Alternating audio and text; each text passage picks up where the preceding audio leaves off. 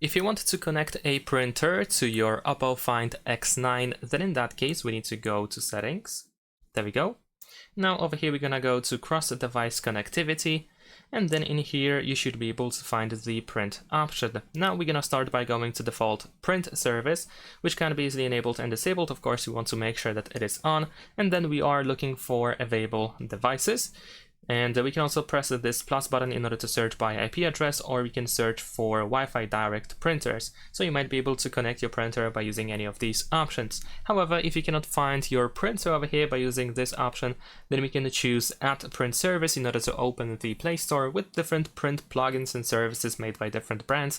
So you want to select the proper plugin over here for your printer, depending on the manufacturer. And after that, you might be able to use that plugin in order to connect your printer. And in some other cases, some printers may require you to download very specific apps. So you might need to check the user manual of your printer in order to find out what is the name of the app that you need to get on your OPPO Find X9, on your smartphone in general, of course, in order to be able to use your printer, to connect your printer. Of course, these apps can be found usually in the Play Store. And that's pretty much it. Thanks for watching, leave a like and subscribe.